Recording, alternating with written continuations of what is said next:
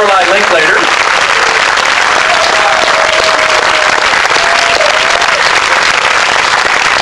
And Ellar Coltrane.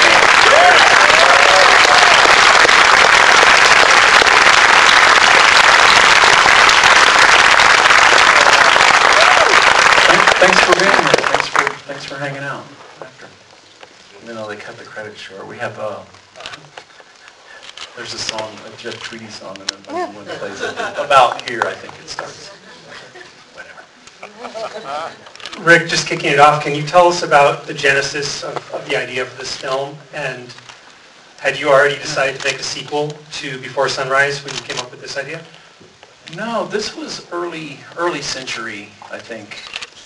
I've been a parent for a while at that point, and was just thinking a lot about childhood and was contemplating a movie about it, but I couldn't kind of figure I didn't have my 400 blows moment, or I was I thought about it for a while, a couple of years, and I just never could land on the moment of childhood I wanted to make a film about. My ideas were spread over all of it. So I kind of gave up on the idea. I was going to write something maybe, like some weird experimental novel or something, and I sat down to do that, and this idea hit me. Like, oh, why couldn't you just film a little bit every year? And that allowed this canvas. I mean, it's a filmmaker's dilemma, that you're stuck with the physicality of the, representation of an actor at a certain point. As an adult, you can maybe do makeup and hair, but you can't ask a 7-year-old to be this scene you're 13. You can't really do it. You're stuck with younger kids. So I thought by letting everyone grow up, I could express all of that. So that was the idea, and that was the tone. Right there I felt it was all kind of one of those flash moment things. So that was the fun part. And talking to Patricia and Ethan, and it's a way to tell a story, but it was kind of the challenge. Obviously, it's such a simple and yet impractical, crazy idea. Like getting it financed and all that made. That's the harder part. But I got lucky. Jonathan Searing, IFC, believed in it. Thought, oh, that could be cool. Let's do it. And all these years later, they're distributing the movie. Same people, got lucky. Got lucky in a lot of ways. Got lucky with these guys, obviously. Yeah.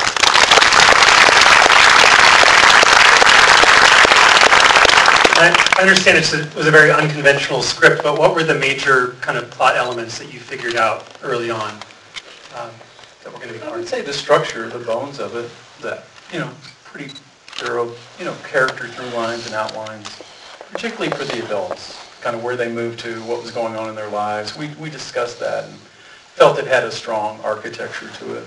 The last shot, I kind of knew by the second or third year.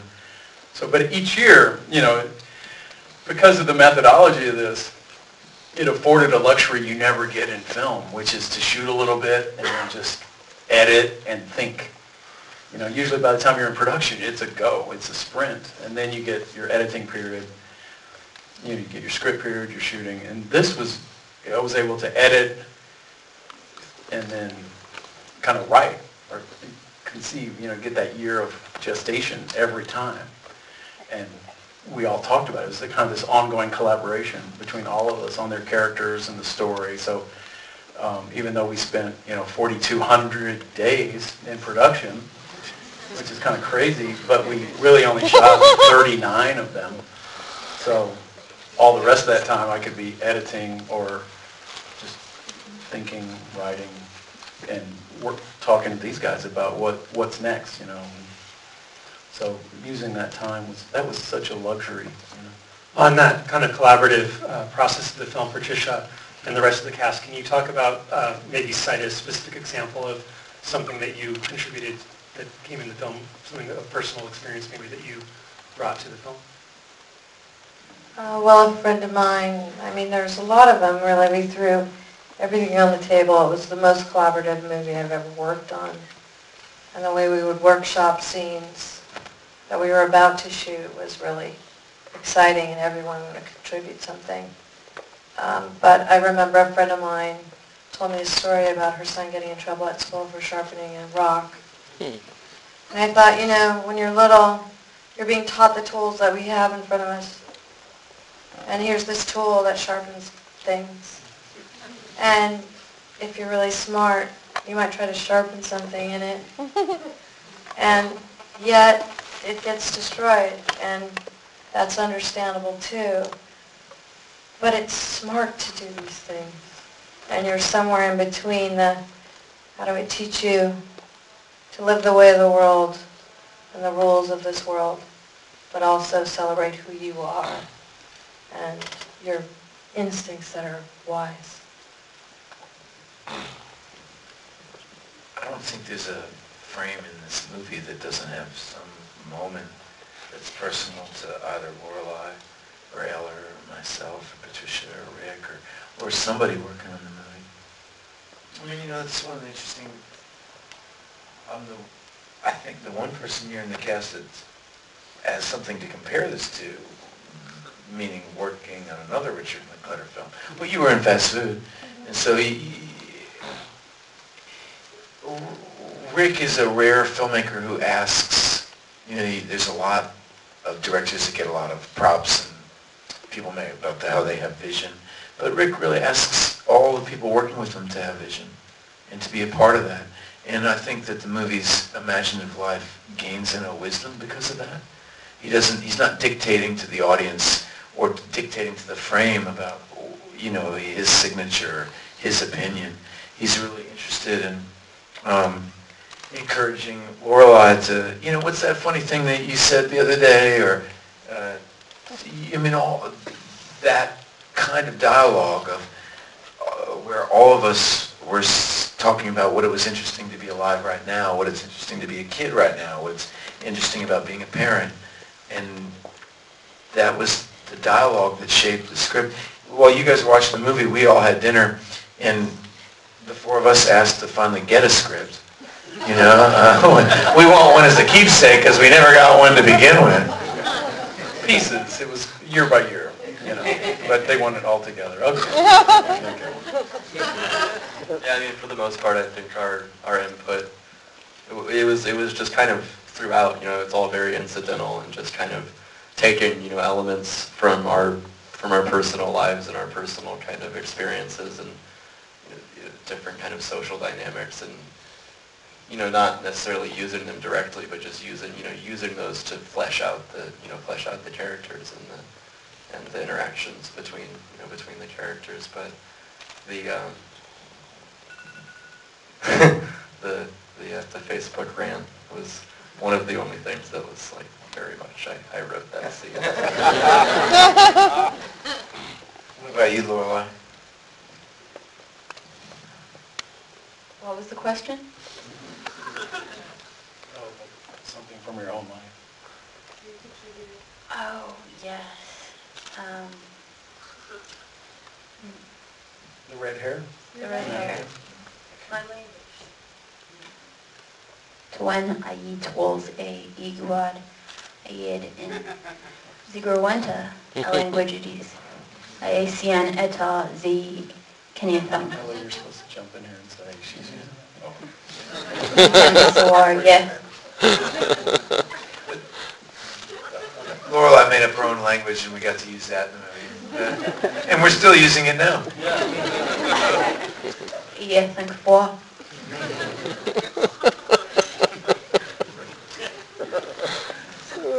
Lorelei, I read that in year 4 you asked your dad to kill off your character. Can you tell us what?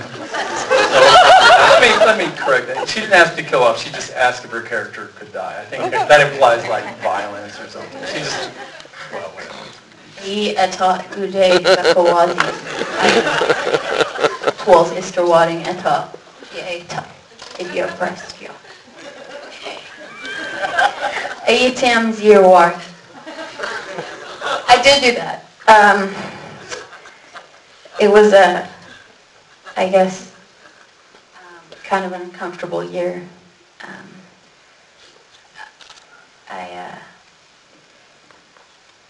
I guess it was hard to have awkward stages documented like that, and I was realizing it. It's the Harry Potter year. The Harry Potter year, I yes. thought you were pissed because you weren't Hermione. You were McGonagall or something. Complicated. It's more complex than that, I find. But I am very grateful to have been a part of this project, and later on in the years I came to really look forward to it, the film. We have 2 microphones out in the audience. If you have a question, feel free to raise your hand. We'll bring the mic to you.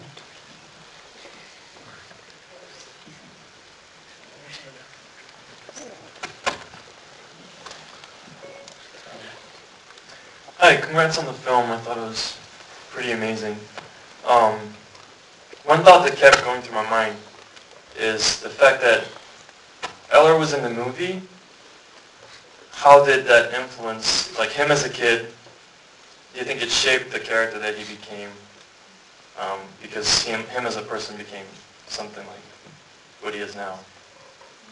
In the real, I guess that's kind of the design of the film was to sort of go where Ellar went. I mean, that was part of the design. I don't know a way to put it. It's very incremental, but meeting with Ellar maybe a couple times throughout the year, just seeing where he was at in his life and, developmentally, what was appropriate and what he was thinking. And I think the film was always bending toward him. But I think only he could answer maybe where he bent toward the film. I don't know. It's a mystery, probably. That's something I kind of think about is how, in the same way that, or kind of inversely of how my life influenced where Mason's went, and working on the project definitely, inevitably shaped, how I grew up and the person that I kind of became and am becoming. And so it's strange to, I don't know, that it went both ways, and kind of, the person, I wouldn't have been the person that I am if I hadn't been working on the film, and so then the film wouldn't have been the film that it was, so but obviously, it's just, that's the way it happened, I guess. I mean, it was an interesting life project for all of us, but I think probably, obviously more impactful on these two. The 3 of us are, we're professionals making a big decision. A 6 and an 8-year-old don't really make 12-year life decisions, their parents are obviously involved, and even though they want to do it at the time, it was a big responsibility, I think, on all of us to make sure that was hopefully a positive thing, in their life every year, to be a part of it, Ethan pointed out to him, this is the good part, it's just the fun, creative, that, you don't have to suffer through a film coming out or any of the repercussions of it, because now they're adults, they can hopefully, see it. Yeah, we were allowed to just kind of be lost in the process of creating something. It's very rare that you get the experience of making a movie that feels as private as this one did. I mean, the idea of Patricia and I both have felt a genuine sadness about the film coming out, and you guys getting to see it. It very rarely does something feel as personal. The release of it felt kind of fictional. It was like, 10 years from now, maybe this will come out, and it wasn't real in that way. It felt a lot like the Basement Tapes or something. Like it was a genuine creative experience of getting to work together and be in a room. And, I met Lorelei shortly after she was born, and so to slowly get to work with her and meet with her on the grounds of being an adult, even up until this year of sitting next to you and showing it at Sundance. I mean, it's a very powerful experience, but I think they're very lucky because they didn't have that thing where you judge yourself and we have the world judging you, and you feel that's what's so hard about child acting. I mean, acting in itself is actually a beautiful thing of seeing yourself as a participant in a narrative. What's so hard about acting is hearing what people think. But, I mean, everything about this film was just different. It didn't feel like a film. We didn't have a release date. We didn't have a distributor. There was no producer. There was no expectation. It was just this kind of beautiful bubble. It didn't even feel like a film. It was just this living art, film project we were doing, but it was a long way away. We built a momentum. I'd say the last 4 or 5 years, it felt like some kind of wave building heading toward the shore. But that was very cool too.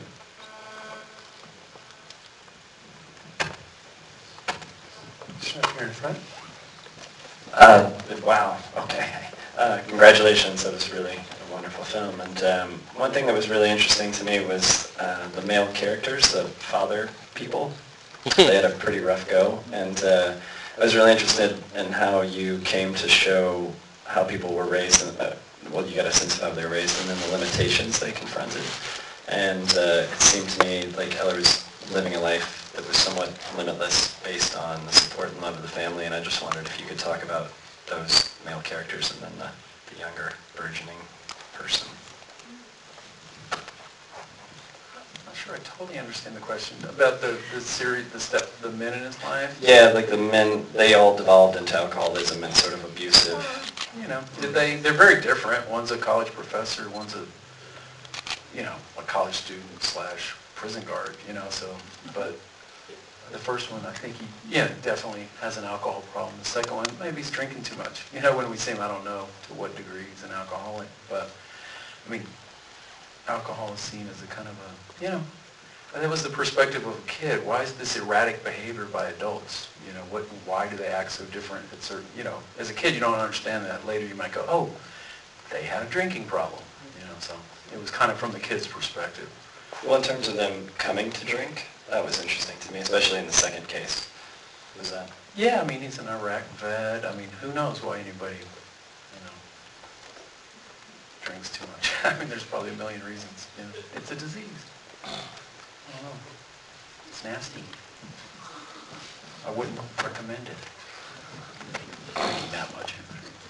I am curious how much you can, as a father, separate from being the director and a creator, and also be interested to hear what his parents have given in terms of feedback about what the film has meant from their perspectives as parents of their children and growing up in this very weird bubble that you talked about. I don't know. I think they were just kind of along for the ride. Really, But who doesn't grow up in a weird bubble? Nobody. We're all just reacting to the circumstances we're presented with. Everybody thinks somebody else is having a normal life. And, they think their own. Sorry to jump in.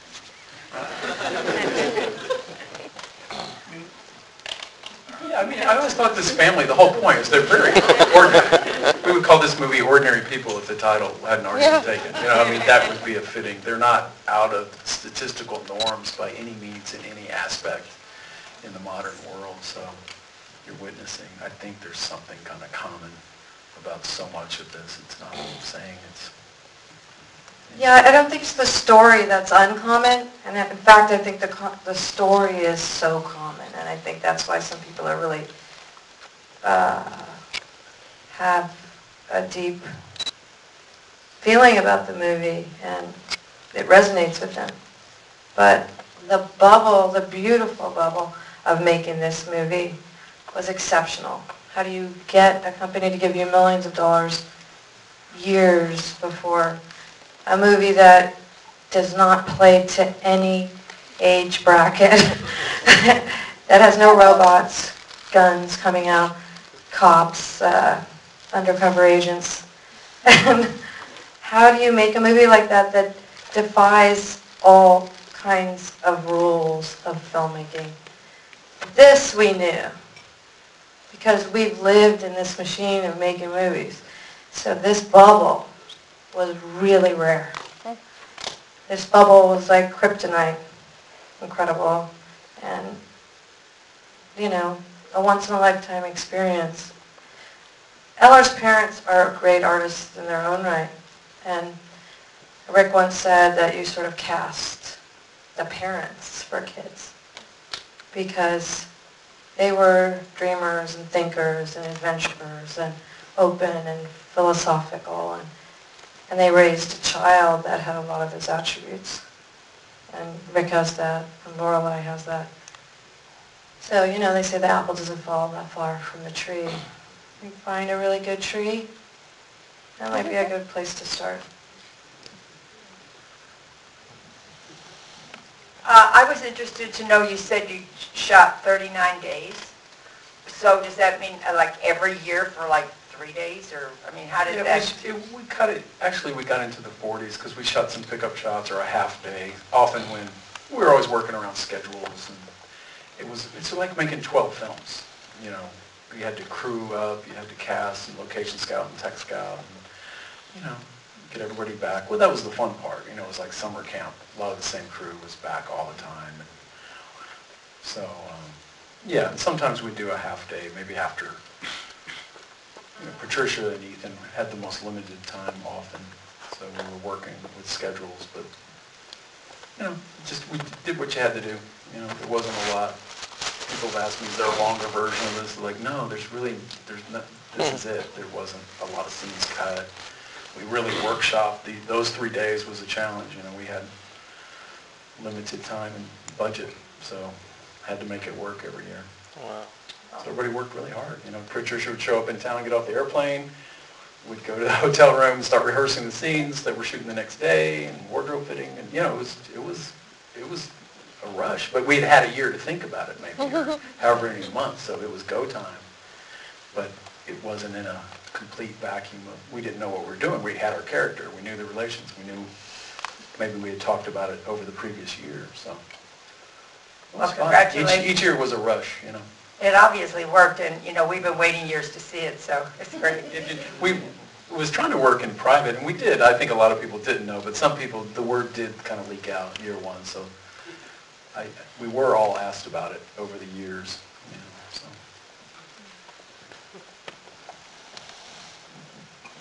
know, so. Richard, you're clearly fascinated with experimenting with different things in cinema, whether it's technology or time or different genres. And I'm just curious if there's something you're excited to explore in the near future that's different. Yeah, I hope so. I have a few, yeah, just bunch of films I'm trying to make, you know, stories, different things, so. They're all different, you know, I don't know what else to say, you know, so. Don't know exactly what's next. Like a future, it'll be something, you know. That's how this film was, you know, you're collaborating with an unknown future, but you can count on it being there, you know, when you get there. So, hey, whatever the next film is, that'll be what it is. Is there a question in the center? Yeah. Let's get you the mic. Are you still working on the Dazed and Confused high school reunion movie? It was never a Dazed and Confused high school reunion. We did that last year on the 20th anniversary of the New York Film Festival. Maybe we should have filmed it. That would be me. No, there's not. I have something that's kind of a spiritual sequel to that. It's a college comedy, I guess. That's actually sort of a sequel to that movie and this one, strangely. So, but who knows? You know. I was curious. Over 15 years, obviously, you developed stylistically as a filmmaker. Were you trying to match actively? Would you go back and look at the footage? Would you, approach it differently than you would other stuff? Yeah, I mean, directing, it's kind of a tonal challenge, I didn't want to evolve as a filmmaker. Maybe, other films, but this one, it was set. Year one, that was just kind of the vibe of this movie. That was the tone, the way this story should be told. So no, I wasn't looking to evolve at all.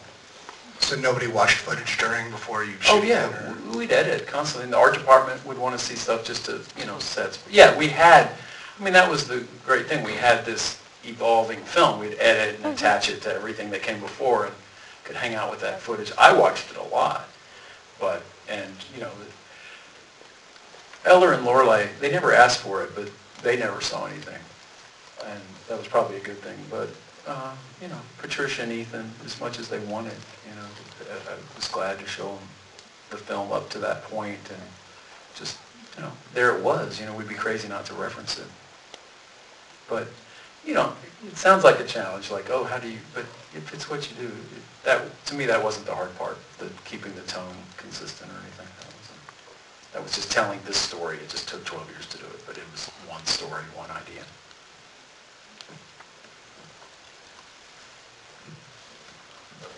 What was the budget? The budget. Well, we got that. We got about $200,000 a year. We were shooting on 35 millimeter, and you know, paying SAG, low budget, and travel, and you know, so that was about enough money every year to get it shot. So that was that's what we had. And never increased over 12 years either. It was like every year, like the same. You know, I think we got about 203,000, I think, one year. So anyway, it was a challenge, but it was a blessing, you know. Where in this world do you get someone supporting you with a crazy idea like this? So that was great. And then in post, you know, you're doing your DI finish, you're clearing songs, you know, so obviously there's another big chunk after that. But it was less a risk then because we had a film, you know. The risks came up front. And then obviously. why did you decide to release in Germany and Austria and Switzerland first? Oh, well, I didn't decide anything. Rick, Patricia was talking about how unique this film is in kind of the current cinematic landscape. What have you learned from this film that, and maybe what do you think this film could do for other filmmakers and yourself in getting maybe other people like IFC and other studios to take more risk in the types of films that they kind of greenlight? It helps when you keep the budget kind of low. I mean, this would be a huge risk, even if, you know, if a big Hollywood successful, you know, was doing 100 million, 10 million a year, or that probably wouldn't make any corporate sense. But it might, you know, the right person with clout who had a story, sure, why not, you know? You have to kind of have a faith in the future. I mean, filmmakers were kind of control freaks by nature. You're kind of bending the reality to your storytelling will, obviously. That's the job. So this meant giving up some of that control to these unknowns. I mean, predictable, maybe statistically predictable, but still unknown and, you know, you can't control that far out. You have to deal with it. But, you know, it depends on the volatile elements involved. But I don't know. I think cinema, there's all kinds of possibilities. Stories can be anything. There's a lot of storytelling potential in cinema that I've always been excited about. I mean, I think there's a lot of fun things with technology, obviously, but there's always the fundamental aspects of cinema that have to do with time and character. There's still a lot of room there to play with and express yourself within that. So, you know, but you need the support of people who kind of believe in that. So, you know, I got lucky here to have that support. But, you know, take these leaps of faith and give people a chance to do their dreams, you know. Sometimes good things come out of it, you know. But you go down trying, you know, you really go down swinging. It's a good thing. Can we have a round of applause for our guest? Oh, thanks for being here.